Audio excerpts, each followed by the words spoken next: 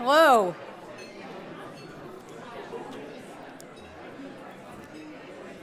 Hello. Good afternoon, everybody. Welcome to the City Club of Cleveland, which is devoted to conversations of consequence that help democracies thrive.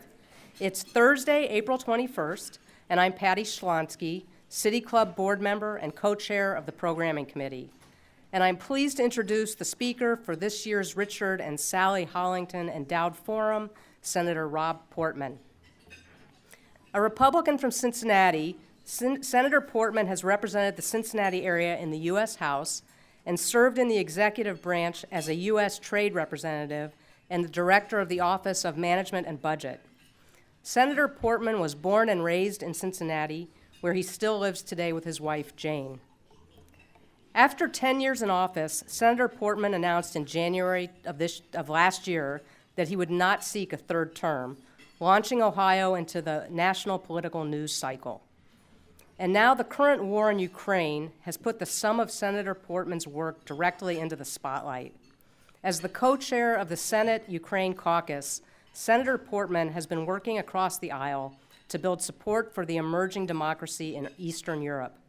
In January, he led a bipartisan delegation to Ukraine to meet with President Zelenskyy and other Ukrainian leaders. After the war began, Senator Portman traveled to Poland to meet with refugees fleeing Ukraine and to meet with Polish leaders to thank them for opening up their country. Senator Portman also hosted a delegation of Ukrainian members of parliament in Washington, D.C. to meet with members of Congress so they can learn more about needed aid and support. Today, we will hear from Senator Portman on this work, his other current priorities in the Senate, as well as the accomplishments of his decade-long tenure in the Senate. If you have questions for the senator, you can text them to 330-541-5794. That's 330-541-5794. You can also tweet them at the City Club. City Club staff will try to work them into the second half of the program. Members and friends of the City Club of Cleveland, please join me in welcoming the Honorable Rob Portman.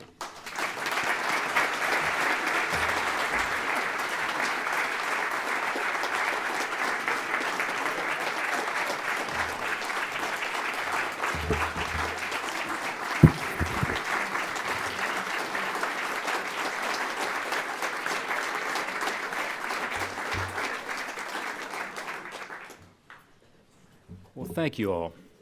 I really appreciate that. And Patty, thank you for that nice introduction, but also your leadership here at the City Club. I was mentioning to Dick, who so generously enables us to be here today, that this is unique. There's nothing like it in Ohio, and I doubt there's anything like it around the country. Dan's nodding affirmatively.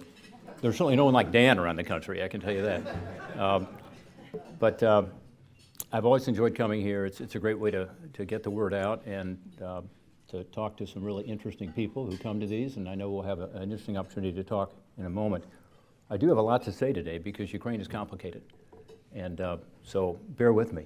In addition to so many great friends here from the Cleveland area, like Dick Pogue, who I have been friends with forever since I was a kid living here in Cleveland back when I was 3 years old. I remember you, Dick, and I remember me. There's some great leaders here from the Ukrainian community, and I want to mention them briefly. Marta Lashinsky is here. Marta has become a dear friend over time. She's president of the United Ukrainian Organizations of Ohio, so the diaspora representing our entire state. And when I was recently on the Polish-Ukrainian border, who shows up but Marta? And so she's done a lot of work addressing some of the humanitarian needs of the refugees. Rocky Perk is with us today, too. Many of you know Rocky, and he is president of the American Nationalities Movement. So that would include not just Ukraine, but all of the so-called captive nations. And I see we've got a table of folks from the Polish-American community, the Lithuanian-American community, the Latvian-American community, and so on, and I appreciate them very much. I also see Mike Polensik here with us, city council member who has been a stalwart in this nationalities community movement over time, and also has helped us with regard to Cleveland City Council. As you may know, Cleveland has actually provided some armored vests, some personal protective gear for soldiers in Ukraine, and I think that was because of you, Mike, so thank you. I also want to join Dan in thanking my staff.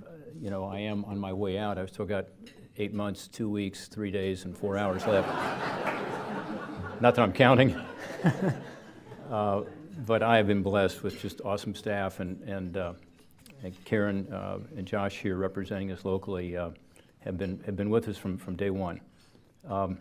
There's so much going on right now. The crisis at the southern border is real. It's a real problem. Title 42, which is this healthcare authority to be able to turn people back, will be gone soon, and about half the people coming over now are being turned back under this Title 42, and yet we have a record number of people crossing the border. So it's a real problem. Yesterday I was in Lima, Ohio, talking about the opioid issue and the broader issue of substance abuse. As you know, I do a lot of work in that area, and I asked them about fentanyl, and of course they said, yes, it's the #1 killer in that county, Allen County, Ohio.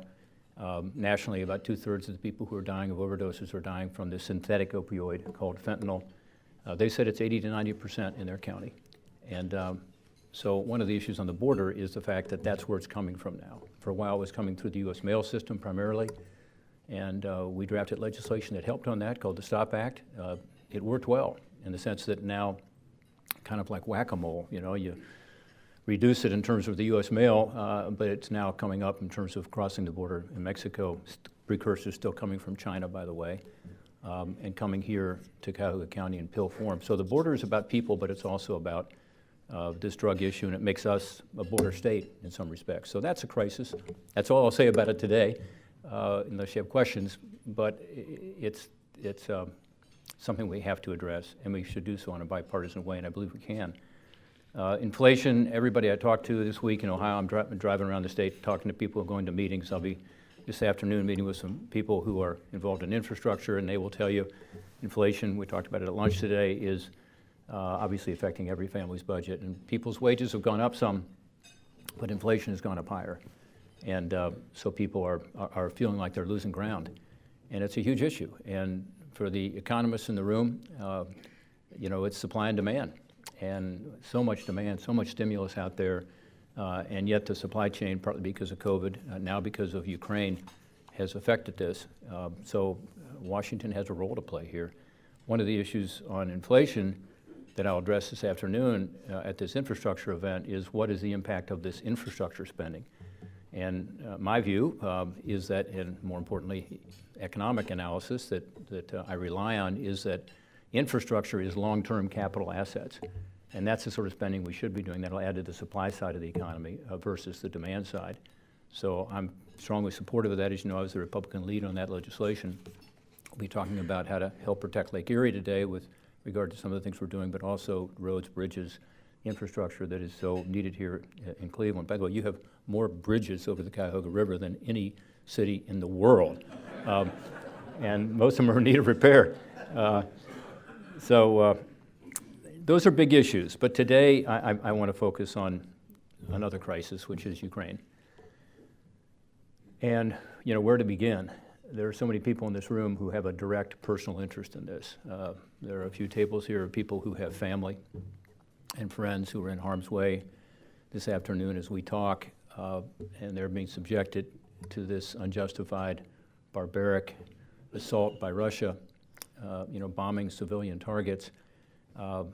It's horrific. I talked to someone in the lobby earlier, and he said to me, I can't believe this is happening in my lifetime. And I said, I never expected it either. I mean, this is the worst crisis in Europe, obviously, since the Second World War. The numbers are just unbelievable in terms of the refugees and the displacements. We now believe there are roughly 7 million people displaced internally. Over 5 million people have left the country. That's 12 million people.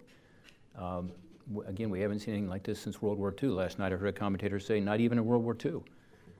Today I was at MedWish. Some of you know what they do, but it's an enormously important institution here in Cleveland. They gather medical supplies, including from our incredible hospitals here in Cleveland, Metro Health and University Hospitals and Cleveland Clinic. and also from private practitioners and also from some suppliers, some companies. And then they provide these medical supplies to areas of the world that need them, and even here locally they provided some help. For instance, to the Joseph and Mary House, some of you know about, to help people who are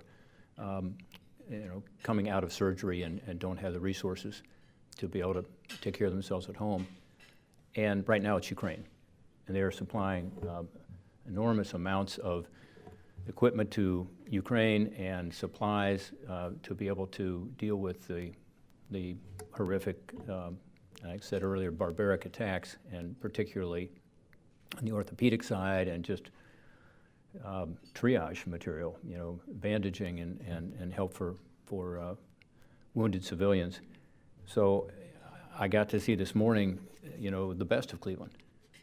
We see the worst of Russia in terms of this attack. We see the best of Cleveland in terms of the response of the community. There were dozens of volunteers there packing supplies. The Ukrainian community here locally, and Marta's been at the forefront of this, has done a terrific job trying to figure out what the actual needs are. And MedWish is doing a great job. They help in terms of the environment, because all this stuff would otherwise likely land up in a landfill because it's excess. And then obviously they are helping in terms of the desperate needs we have today in Ukraine. Just one more example of how this community steps forward. I have been to Ukraine a number of times since 2014. This is when the Maidan occurred, the Revolution of Dignity, and Ukraine said, we want to be like America. We want to be like Western Europe. We want democracy and freedoms, freedom of the press, freedom to gather. And at that point, I was there actually monitoring the first election after the Maidan, and saw democracy at work, and became convinced at that time that this was a cause we're supporting. I've been back 6 or 7 times since. Most recently, as Patty said, I was in Poland. I led the last congressional delegation into Ukraine prior to the invasion. I'm one of the last Americans to see President Zelenskyy in a suit. Now he's in camo. I saw his resolve that day. I mean, we were talking about what might happen, and I was telling him that our intelligence sources were telling us the invasion is going to occur. And his response was, well, I can't believe they would do that, but if they do, we're going to be ready. On one of my trips, I was able to go down to what they call the line of contact. It's not the border, because Russia has pushed back the border in the Donbass, but the line of contact was that line that is still in place today, although the Russians are testing it right now as we talk, where Ukrainian soldiers were on one side and Russian-backed separatists and Russians on the other side, including Russian equipment, Russian tanks. And there I got to meet with the soldiers who were in place on the line of contact. And I knew from meeting them and talking to them, a lot of them were, in their 30s and 40s and pretty hardened and pretty tough guys. I was able to say with confidence, prior to this invasion, they will fight. Ukrainians will fight. Not just these brave soldiers, but also civilians who are patriots and who believe in the concept of a free and independent Ukraine. So it doesn't surprise me what we've seen. It really doesn't, but it's still extraordinary, the way they have stood up for their country and for their freedoms. When I was there in Poland, I went down to the border, and who shows up but Marta and Andy Fute, as some of you know. Andy's in charge, runs the larger diaspora community for Ukrainian Americans around the country, and he's actually on the West Coast today raising funds for that group. But there they were, Marta and Andy. And so I was there with 5 colleagues from the Senate, and Cleveland was represented there. And what they were doing was helping with regard to the refugees. And there's a lot of angst at the border, you can imagine. I was literally standing at the line between Ukraine and Poland and greeting people as they come in and talking to them, and it wasn't easy because they weren't happy with me or with us. They were obviously facing trauma. It was almost all women and children, some grandmothers and grandchildren. The men had been left behind to fight, and they told horrific stories, what was going on in their communities, what had happened to them, the bombings of their homes. They talked about losing family members, losing friends. And they said, why aren't you doing more? In fact, one woman said to me, why are you standing here talking to me? Why aren't you providing a no-fly zone? It was tough. because through their tears there was also anger at the West. And I get it. I think you or I would feel the same way if we were bombed out of our own homes, our communities, and watching loved ones be wounded and even killed. We also volunteered at a place called World Central Kitchen. And I mention this in part because another group is doing great work. We're doing a fundraiser for them in my hometown of Cincinnati soon, and we volunteered for a few hours helping to feed refugees who were at the processing center there at the border.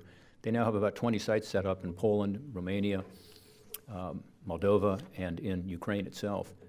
And you may have heard this on the news this week, but this week one of their sites in Ukraine, in Kharkiv, was actually bombed. And they believe it was targeted. I mean, who knows? But here this volunteer group that is feeding hundreds of thousands of people a day, millions of people a week, was actually bombed. 4 of their employees were injured. Yesterday I spoke to Jose Andres, who's this charismatic chef from Washington, D.C., who started World Central Kitchen. And he informed me that 3 of those employees are now back at work. Wounded, but back at work. He said they're not going to give up. They have moved the site, keeping it very confidential as to where it is. But that's the sort of stuff that's going on that really warms your heart, you know. So you see the worst of mankind and the best of mankind in terms of the response. You're at the Polish border, and there are literally cars lining up of Polish citizens who are coming to pick up refugees. They don't know who they're going to pick up, but they're just offering a ride from the border to their homes where they're willing to host a family for however long it takes. The Polish people have been extraordinary. And we just had an announcement a couple hours ago by President Biden that the 100,000 refugees are going to start coming in to the United States. On April 25th, the process begins. They have to have a sponsor. They have to go through a screening process. My view is that 100,000 sponsors could be found like that here in the state of Ohio alone, because I hear from friends and neighbors and constituents all the time, we want to help. And I know here in Cleveland, you will reach out. I will give you a name, Ellen Kinker in our office, who's going to be our contact. This goes through the Department of Homeland Security, but we're going to be pushing them hard to send people to Ohio, and we want to be a conduit if you're interested. You can also contact Karen, who's smiling back there, knowing she's going to hear from a number of you. But let's welcome these people into our community, and in particular, I would like to welcome those who have healthcare crises, who are facing an injury or a healthcare problem, because Cleveland has this great resource here.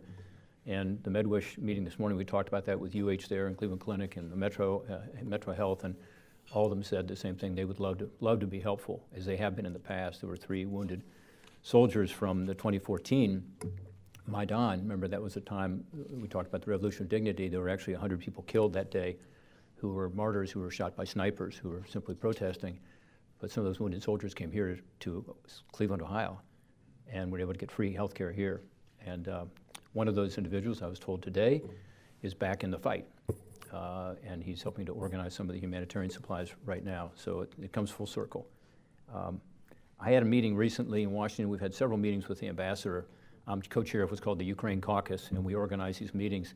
So we have senators there, but also people from Ukraine to come talk about what's actually going on the ground. And that's been very helpful to sort of organize the effort. You may have seen it's been very bipartisan and almost nonpartisan. And at this meeting, most recently, we had the ambassador, but also we had 4 or 5 parliamentarians from what they call the Rada, which is their parliament. And that was extremely helpful. These were all women, by the way. Their husbands are all home fighting. But these members of the parliament told us about, you know, what's actually going on, what the human toll is. And they talked about this as being a fight and a battle between evil and good, and democracy and tyranny, and encouraged us to do more. They made the point that this can be a simple victory for the West if we succeed, and if we lose, just the opposite, that our enemies, our adversaries around the world are going to be watching, as will our allies. They talked about the shelling in the streets. They talked about, one of the MPs said that the massive shelling was so bad that in the streets of Mariupol you couldn't go out and recover people because it was too dangerous. One of them talked about her husband being in the Defense Forces. She hadn't heard from him in several days, was worried about him. One said there were 30 Russian soldiers living in her grandmother's home. They kicked the grandmother out on the street. Others talked about the need for more sanctions and more lethal aid. And one of them used a great phrase I've used since, which is that freedom has to be armed. This parliamentarian was saying freedom is important, but freedom has to be armed. And we've all seen what's going on. We see it on the TV screens, we see it online. It's shocking. In Bucha, this is the suburb of Kyiv, where 100 civilians, not soldiers, but civilians, were found lying in a mass grave. People were left on the street. You probably saw this. President Zelenskyy has made the point that many of them had their hands tied behind their back and had been executed. So these atrocities, unfortunately, are being revealed more and more day after day. Rapes, people who are coming forward and telling their stories about a living hell that's going on in some of these cities when the Russians were occupying them. I'm glad that the Biden administration has now called for an investigation into war crimes. I think this is incredibly important because when you hear what's going on with the Russian troops, and this morning there was a interdiction of some traffic between Russian soldiers and a general, and their morale is low. And perhaps not in all units, but in many of the regular units. And they're wondering, why are we here? You told us we were going on a training mission. Why are we killing these people in Ukraine who look like us and act like us and are Slavic? And by telling some of those commanders and telling the officials in the Kremlin, you will be subject to war crimes. The world is watching. I think we can make a difference here, hopefully in having more people willing to push back against Putin's war. The Hague, the International Criminal Court, has started an investigation, which is positive, but the United States must be sure that that is followed through on, that there's actually action, and if not, another tribunal is set up so that war crimes can be prosecuted.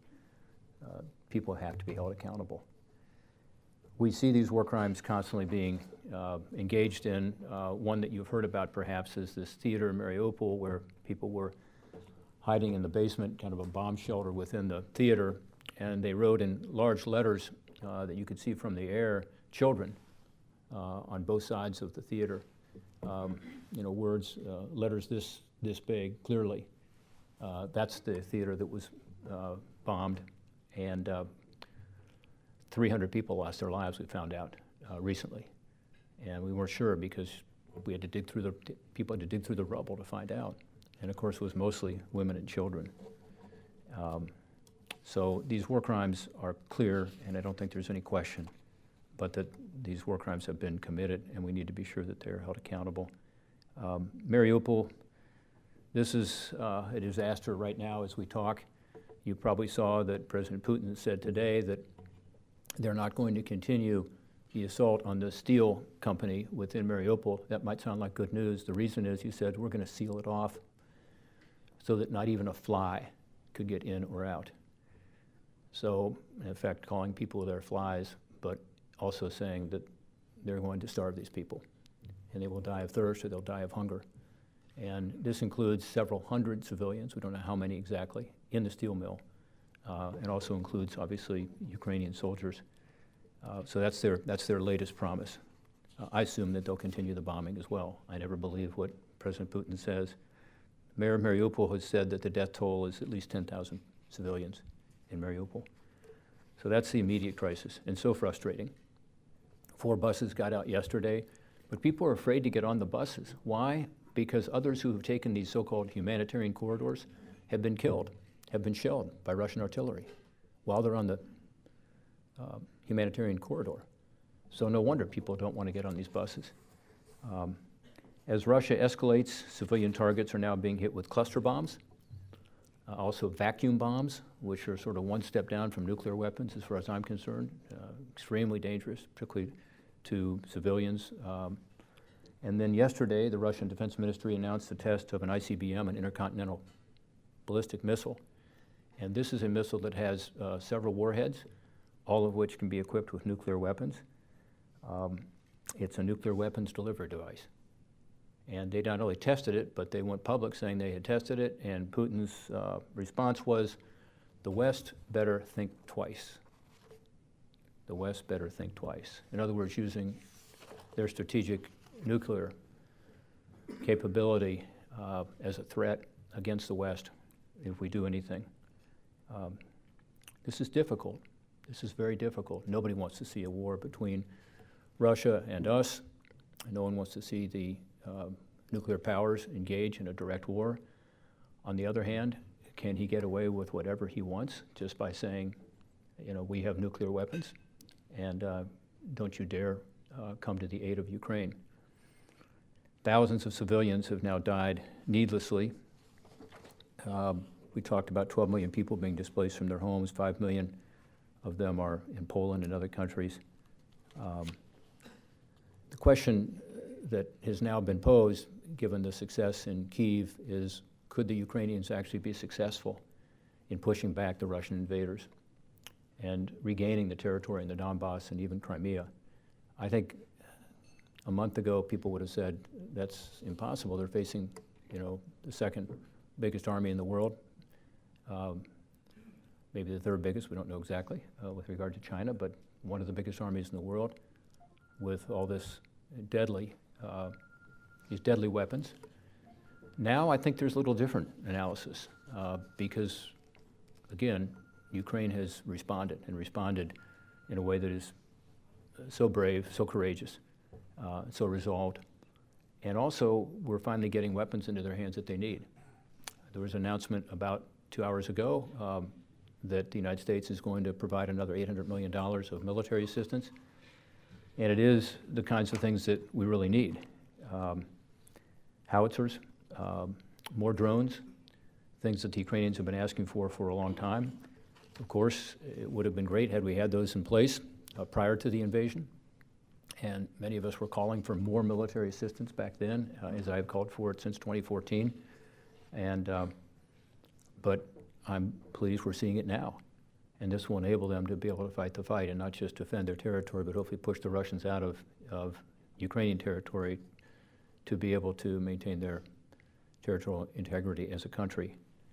I think they can be victorious, but we've got to help them and help them more.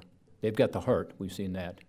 They're badly outnumbered, and they've got something that is much stronger than any military force, which is the patriotism, the heart, the desire to defend their homeland and their families. But they have to have the weapons to defend themselves. It's now been 57 days since the assault began. And day after day, we see that the training has paid off. So the taxpayer funding that went into NATO, helping to train Ukrainian forces over the last 4.5 years, worked. You know, we transformed the force into a more effective one, a more modern one where civilian control was in place, and that has worked. World War II international order that was set up and has worked since then to keep the peace is really what's at risk here. And if we are not successful, if Ukraine is not successful in pushing Russia out of their country, then you have to wonder what happens next. Will it be Poland? Will it be the Baltics? When you listen to what Vladimir Putin says, which I think you need to do, just as you do with any dictator, any tyrant. He's talking about taking back the old Russian Federation, which would include Poland, which would include Latvia, Lithuania, Estonia, which would include other countries represented here.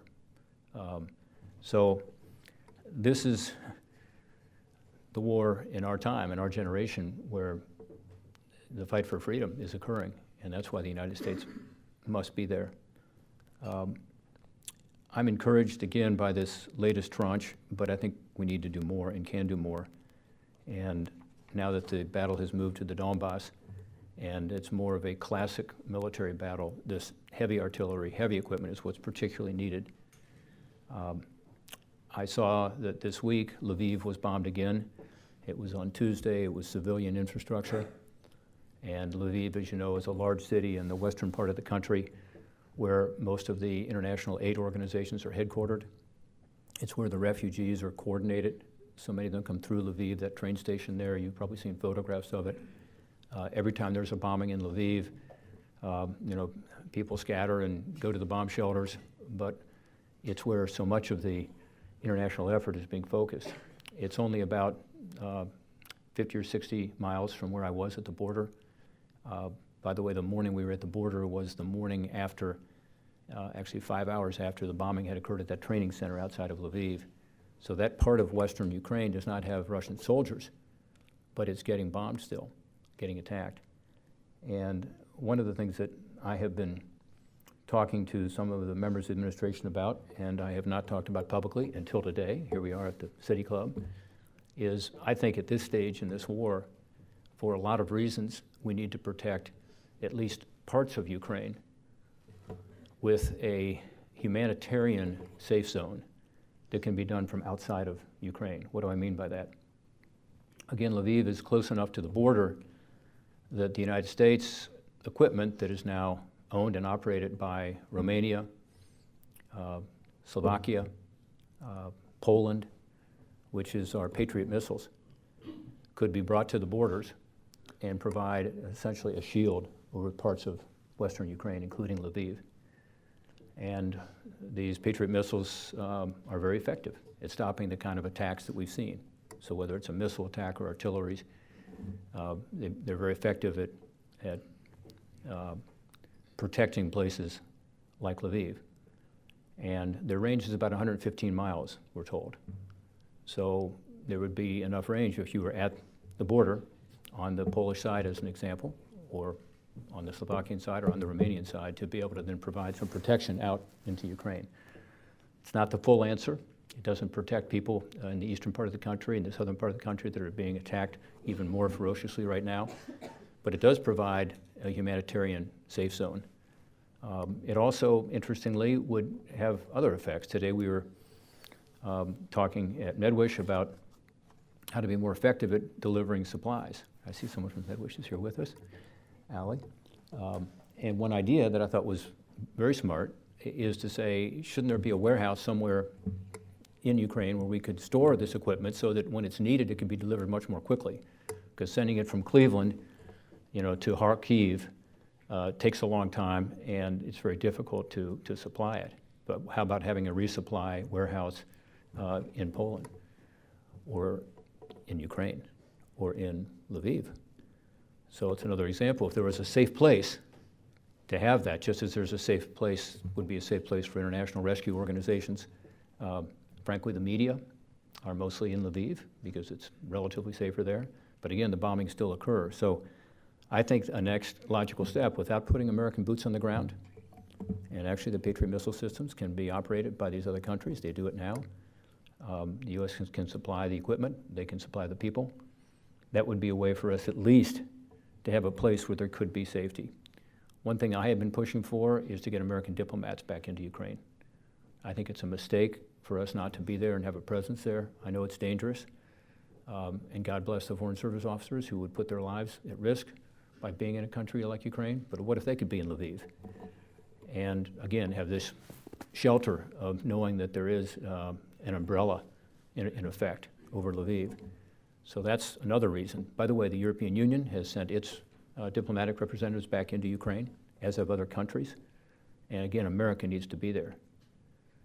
It's also a place where, we could not just have American diplomats and the NGOs and warehouses for places like Medwish, but a place where you could have meetings with the Ukrainians in a safer place. So my hope is that the administration will consider that. Again, I've talked to them about it privately for over a month now, and now I'm going to say it publicly, and we'll see whether there's any take-up. The battle has shifted, as I said, and that's why they need this heavier equipment. My hope is that what we've seen recently continues to happen. Germany is now sending tanks to Ukraine. Who'd have thought that would ever happen? They were so hesitant at first to provide anything other than humanitarian aid. But that's what's needed. The Slovakian defense minister confirmed this month they're sending their Patriot S-300 defense missiles. This is like the Patriot system, but it's an older Soviet system that's quite effective still. That's what President Zelenskyy has said that he needs. The list that we have heard, including fighter jets, which I continue to advocate, these are the MiG-29s that were initially given the green light to go from Poland, and then we backed off. I understand the concerns there, but I don't think that that's nearly as escalatory as everything that Russia is doing every day. Again, going to cluster bombs or hypersonic weapons, and we can't have Poland send, old Soviet MiGs. It seems to me that is something we should continue to do. They want them, they need them. We should find ways to help more on the anti-air defenses. I mentioned the S-300s going from Slovakia. Other Eastern European countries have them. We can back them up with our systems, like the Patriot system, and they've indicated they'd be willing to do that, but that takes us being creative. These so-called loitering munitions, which are the drones, we need to send more of those. Again, I was pleased to see today that we're now sending some, and I hope we'll send some larger ones. The so-called Switchblade 300s is what we've sent. The Switchblade 600s will be much more effective against tanks, against ships. So there are things that I'll continue to advocate for, as will many of my colleagues. Late last week, I sent a letter to the President, along with Senator Durbin, Senator Klobuchar, Senator Shaheen, and Senator Wicker. So it's a bipartisan letter saying, please appoint a coordinator for all these efforts in Ukraine as they relate to military assistance. Because frankly, you have a lot of different agencies involved, the State Department, Department of Defense, also National Security Council, and we hear different things from different people as we try to push and do it in a constructive way, in a bipartisan way, in usually a off-the-record way, but it's difficult to know who's in charge and who's accountable. And this is a major effort, a major expenditure of taxpayer money. We should have one person who's held accountable. By the way, this idea came to me from General Petraeus, who believes will be much more effective if we have somebody at a very high level who can coordinate all this, including understanding exactly what the Ukrainians need and being sure it's delivered, to the right units within Ukraine. So I hope the administration will take that seriously, enable us to cut through the red tape and have one person who's accountable. The sanctions have been somewhat helpful, but they are limited. And that's the other thing that I have been pushing hard on, and I think we all need to, which is to say, yes, the bank sanctions are good. Too many banks that are connected to the SWIFT financial messaging system, by the way, are still allowed to work and to operate. We need to block all of them. We need to do other sanctions that are helping to cripple the Russian economy. But the most important one by far, that's not talked about enough in my view, is energy. And as long as the Russians are getting hundreds of millions of dollars, about $1 billion a day from the Europeans alone, about $1 billion a day in terms of receipts coming into Russia from Europe with the purchases of gas, oil, and coal, Putin will be able to continue to fund the war machine. And you might wonder why the ruble has regained its value. I think a lot of it, when you look at it closely, is because of these energy receipts that are coming in. They're coming from India, they're coming from China, and not much we can do about that except to continue to urge them not to buy Russian energy. Good luck with that with regard to China, because they now have an alliance with Russia and don't seem to care about the atrocities that are being committed. But with regard to Europe, we need to push them to do more. And I know it's difficult for them. They're not nearly as dependent on we're not nearly as dependent on Russian energy as they are. So for us, it was relatively easy compared to Europe.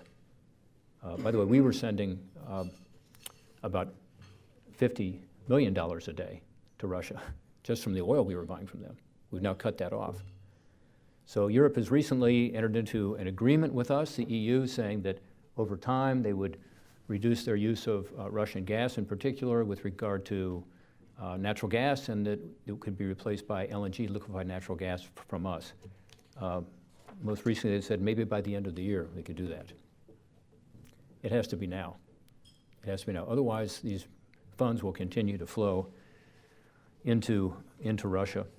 There are a number of other things that need to be done on the tax front.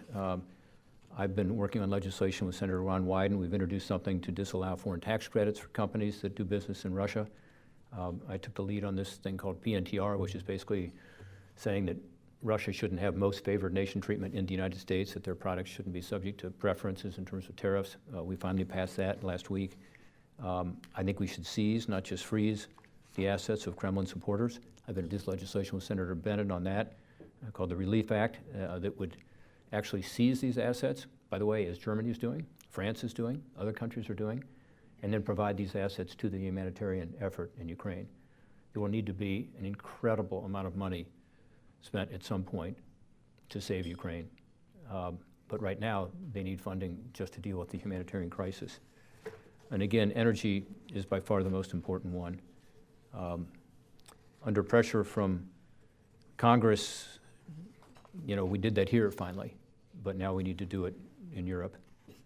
Let me just end with something that many of our Ukrainian friends in this room are very well aware of, which is the Ukrainians, as I said earlier, are patriotic.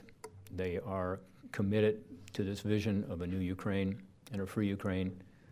And when I was down on the border, I was given the line of contact with these soldiers. I was given a flag of Ukraine. It was by the Ukrainian Special Forces who were there, and they wrote with a marker on the flag, and it said, "Glory to Ukraine, glory to the heroes."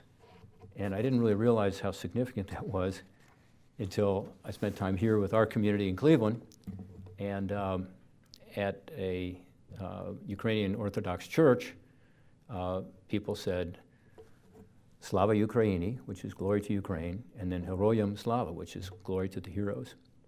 And so what I'd like to have done, I'm going to need you up here just for a minute. Can you record this? Yep. Okay. Gabe is going to be our recorder, and we're going to provide this to some of our Ukrainian friends in Ukraine. And this is how it goes. The rallying cry is, "Glory to Ukraine, Slava Ukraini," and then the response is, "Heroyam Slava." Have I pronounced that more or less right? Okay. Phew. So I'm going to say the first part, Slava Ukraini, and then you're going to, in a very loud voice, respond, "Glory to the heroes." And then we're going to send this. I don't know if I can get it to President Zelenskyy. I hope I can, but we're going to try, and we're definitely going to get it to other Ukrainians who will tell him about it. So this is Cleveland, Ohio, showing our solidarity with the people of Ukraine. So, you ready? Slava Ukraini! Did you get it? That was really good. That was really good.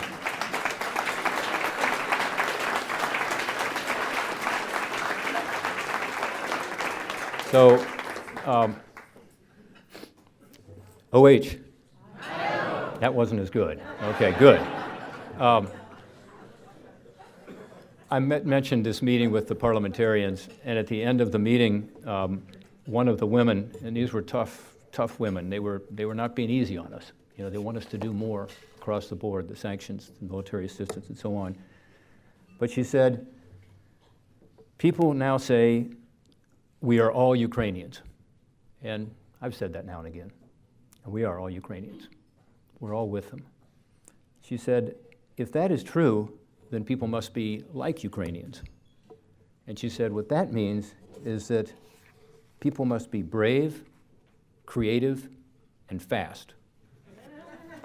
And so let us help Ukraine, and let's do so by being brave, creative in terms of how we provide that assistance, and fast. They need it now. Thank you all.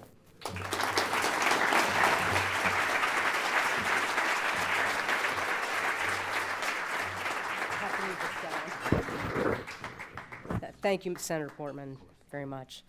We're about to begin the audience question and answers. For those in our live stream audience, I'm Patty Shlonsky, City Club board member and co-chair of the Programming Committee. We're joined today by Senator Rob Portman. We welcome questions from everyone, City Club members, guests, students, and those joining via our live stream at cityclub.org. If you'd like to tweet a question, please tweet it at the City Club. You can text a message to 330-541-5794.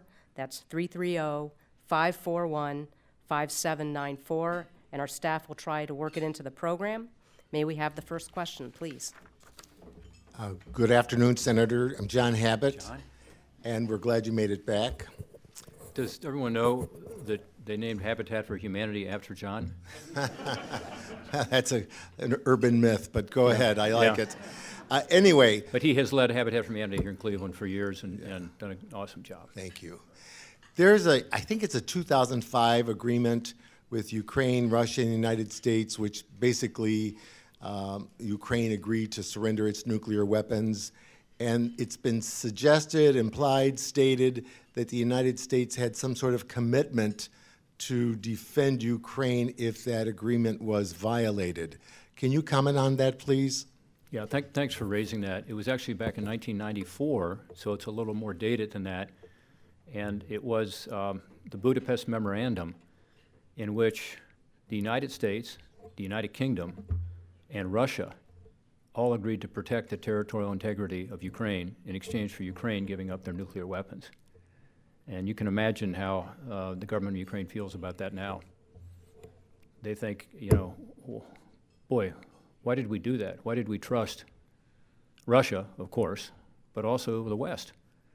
So again, I'm not suggesting today that we put boots on the ground and engage in a direct fight with Russia, but we got to do more, because we made a commitment, all of us made a commitment through our government back in 1994 to do more. Since that time, by the way, Russia has violated everything that they've agreed to in terms of the various agreements that they've made with Ukraine.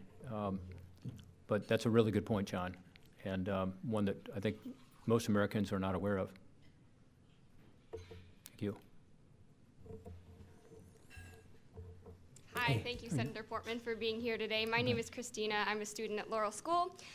You have expressed concern today and on the Senate floor that the U.S. must speed up help to Ukraine, speed up the transfer of this Warsaw equipment that Ukrainians know how to use. You've mentioned like the S-300 systems, the SA-8 systems, and SA-10 that they can equip themselves with, that they already know how to use. What are the obstacles to speeding up the transfer of these systems? Do you believe that's lack of communication, lack of bipartisanship, or is that fear maybe on the part of the administration of Russia and of Vladimir Putin? Thank you. Is it Christina? Yeah. Great question. Wow, somebody actually listened to those floor speeches. I'm amazed. You and about 5 people. No, seriously, thank you. I've given a speech on the floor every day since the Russians started their big buildup. I mean, every week, so about 8 weeks in a row. And in those speeches, I outlined precisely, even more than I did today, probably bored some of you today with the amount of detail, but about specifically what we could do. And in our own U.S. stocks, we have some of this equipment, because now and again, we've managed to scoop up some Soviet-era equipment to understand how it works and test it against our own planes, as an example, the S-300 and the other systems that you talked about. And so my urging to the administration is get it over there, even if it's spare parts that go with these machines that we have in our country. And they've done some of it, but not all of it. And I can't get a good explanation. Again, not having one coordinator, it's been frustrating, because you talk to one individual and they say, we're going to do it, and other ones, well, maybe not. Remember, we gave a green light to the MiG-29s through the State Department, and then the Defense Department came back and said, no, we're not going to do it. So they need better coordination, in my view. That would help to speed it up. But in general, I guess I would say, be creative and be brave and be fast. I mean, it needs to be understood that this is not a typical bureaucratic exercise to try to get this equipment out. Normally you have sign-offs of all kinds of interagencies, and you've got to go through the process of being sure that the lawyers who signed off on everything. We can't do that here. People are dying every day. So every day they don't have that anti-aircraft system to be able to protect Kharkiv or Mariupol, as we've seen. More people are dying. So we're just pushing as fast and as hard as we can. To their credit, the 82nd Airborne is in Poland handling a lot of this equipment. About 5,000 additional troops were sent about 6 weeks ago, and the Poles love them. These soldiers I met, I had dinner with all the Ohio soldiers that we could find at the 82nd Airborne when I was there, and they said, it's really strange, Senator. I walked down the streets of Warsaw,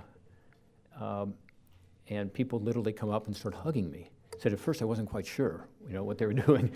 But they're just so happy to have our troops there. And they're the ones who are unloading this equipment and trying to move it as quickly as they can. But it just has to happen, in lightning speed, and that's not something that our system's good at. So we just got to keep pushing it. Good question. So is that a whole table of students? Okay, you're not a student. No, you nodded your head. Are you the teacher? Awesome. Thank you for bringing the students. Great question. Senator, How are you? First of all, thank you very much for being here today. It was quite interesting to hear all your comments. And I know you being in for a long time, my question is a little bit different than Ukraine, although we all cry for what's happening over there. I was raised during an era where Democrats, Republicans, Independents, most of all the politicians would have meetings, or they would survey their constituents to their wants, needs, etc. They truly represented their people. There would be compromises in their discussions, and they would be resolved. Today we see our representatives when they are out campaigning for re-election and or raising money for the next election. You are not seeking re-election, yet in some of your situations, you have voted with the party instead of your personal feelings, which we know. What has happened to our elected representatives? Why are they so distant? Where are we as a country going? I am ashamed the way we are leaving our country to our grandchildren and our great-grandchildren. What do they have to look forward to? Yeah, thank you.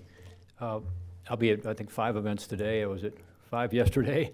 So I'm out and about, and I'm not even running for re-election, but I always have been. I think it's important to get out and hear from people. And, you know, some of the events are you know, very specific, like a factory tour, but I always try to meet with the workers, you know, and do a town hall meeting and that sort of thing. So you try to get a feel for what people are thinking. I'll say 3 things quickly. One, I understand your frustration that maybe people aren't representing their constituents. I will say our country is divided. So it's not just the politicians who are divided, and that's not an excuse, because as you know, I work across the aisle all the time, and I get criticized for that from my own party sometimes. But the Congress reflects to a certain degree what's actually going on in our country. And so we have to look into our own hearts. And for our young people here, it's up to you. Like, you know, don't just go on social media and find something that reaffirms your beliefs and makes you, you know, even more hardcore on the right or the left or wherever you are. You know, look at both points of view. And I think there's a lot less of that. I think that's one of the reasons we are where we are. Social media is getting blamed for a lot of things these days, but I think that's one that's legitimate. Is that, and the same thing with broadcast TV. You know, it's hard to find the news because each side is kind of represented. If you watch MSNBC and watch Fox, it's like you're in 2 different worlds. So I think that's one thing people have to recognize is it's all of our responsibility. Second, I agree with you that there's not enough focus on results. And to me, it's very simple. You hired me to get something done. You're not going to agree with me on everything, but you said, I want to achieve some results. And I've taken the lead over the last several years on this issue of providing military funding for Ukraine, as an example, and work with Democrats, Republicans, everybody. In fact, you rarely see me do something that's not bipartisan because that's how you get it done. And the notion that you can say bipartisanship is bad and we should end it, well, what are you going to do? Just throw out the red meat on the right or the left? I mean, you've got to find willing partners. And then your final point on compromise. You know, I know compromise is viewed as a dirty word, but do you compromise in your family? Yes, you do. You won't admit it, but you do. In your business? I mean, you have to. If you want to come up with, you know, a solution, you've got to figure out how to bring people along and persuade people, and you're not going to get your way every time. And so I think we need to readjust our expectations a little bit. And I know that's not, again, terribly popular on either side of the aisle. Maybe it's easier for me to say because I'm not running for re-election, but that's how I've tried to conduct myself. I haven't always been perfect at it. As I said, you disagreed with me, I'm sure, on many occasions. But I hope you know what I've tried to do is to figure out how do you get from point A to point B, whether it's the opioid crisis or whether it's dealing with human trafficking or Second Chance Act or tax reform or helping with inflation. Like, how do you actually help get something done? And that's what I think is getting lost in our political system, and I'm concerned about it. And when I'm out of office, I'm going to try to help from the outside. So join me. And you know, let's try to get people back to a point where we're not going to agree on everything, but we've got to figure out how to get things done. Marta. Senator, Ohio thanks you for your leadership. We thank you for your bipartisan leadership, which is very important, and particularly on the Ukraine issue, standing with democracy, ensuring that democracy prevails not only in Ukraine, we know that it affects Eastern Europe, and as well as the West. We were very excited to hear today, which you made the announcement about the humanitarian safe zone, because the issues that we've talked about with MedWish in terms of delivery of humanitarian assistance, the logistics of delivering assistance is ongoing, and we anticipate that we will be looking into the long-term projects that can help Ukraine as it maneuvers through this unprovoked, brutal war that Russia has launched onto Ukraine. That would be very helpful if we had an area of Western Ukraine where we know that people knew that the area was vetted, that our partners on the ground were appropriate partners to receive the aid.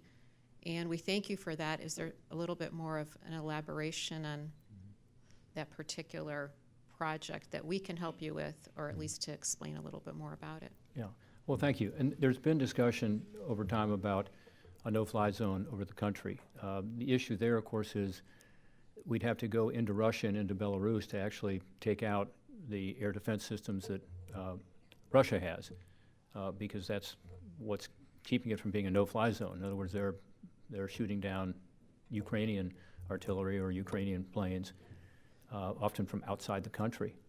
And so that would put us in direct conflict with Russia. I get that.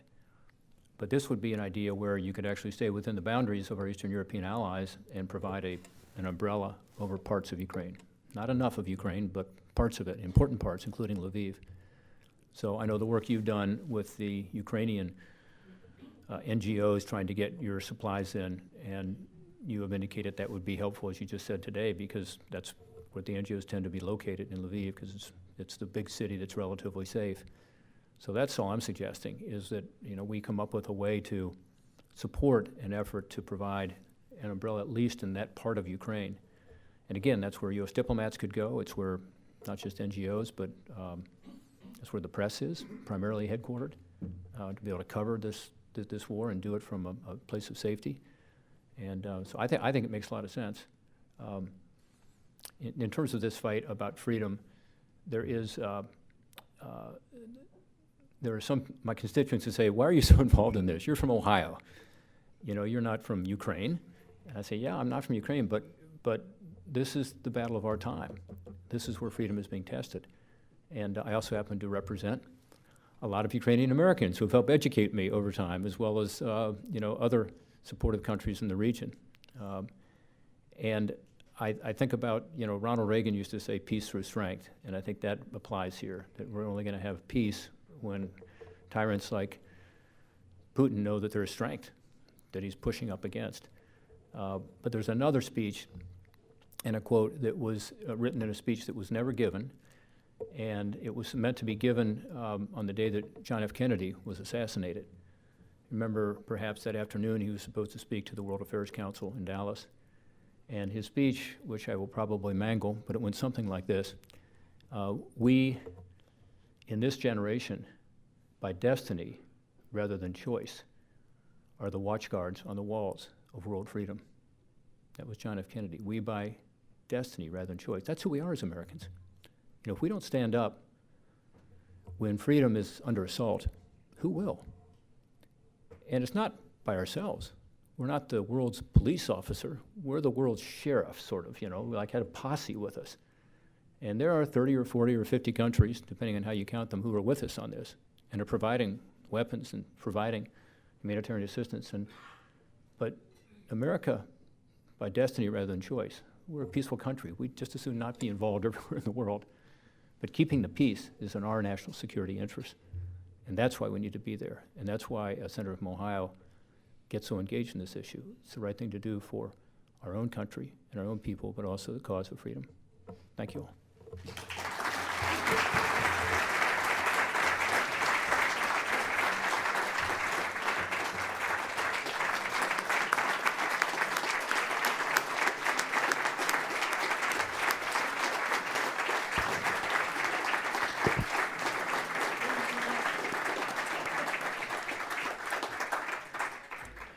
Today at the City Club, we have been talking with Senator Rob Portman.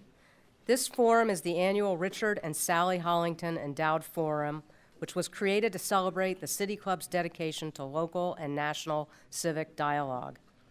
Dick devoted more than 5 decades to practicing law and taking on leadership positions in the community. Sally was also an extremely active civic volunteer and served on the boards of numerous education and medical institutions. Their generous support reflects their commitment to the exchange of ideas and opinions about important issues of the times. We are grateful to the Hollington family for being such outstanding civic champions in Northeast Ohio. It's great to have Dick and his son Peter with us today and to have this opportunity to remember Sally Hollington. We also would like to welcome guests at tables hosted by Campus International High School, Conservancy for Cuyahoga Valley National Park, Cuyahoga Community College, the Jewish Federation of Cleveland, Laurel School, Senator Portman, Squire Patton Boggs, and United Ukrainian Organizations of Ohio. Thank you all for being with us today. We will be back tomorrow afternoon, Friday, April 22nd. Warren Anderson, Ariane Kirkpatrick, and Michael Jeans will be with us for a special conversation about the unique challenges of Black business leadership at the highest levels. You can learn more about this forum and how to get tickets at cityclub.org. And that brings us to the end of today's forum. Thank you, Senator Portman, and thank you, members and friends of the City Club. I'm Patty Schlonsky. This forum is now adjourned.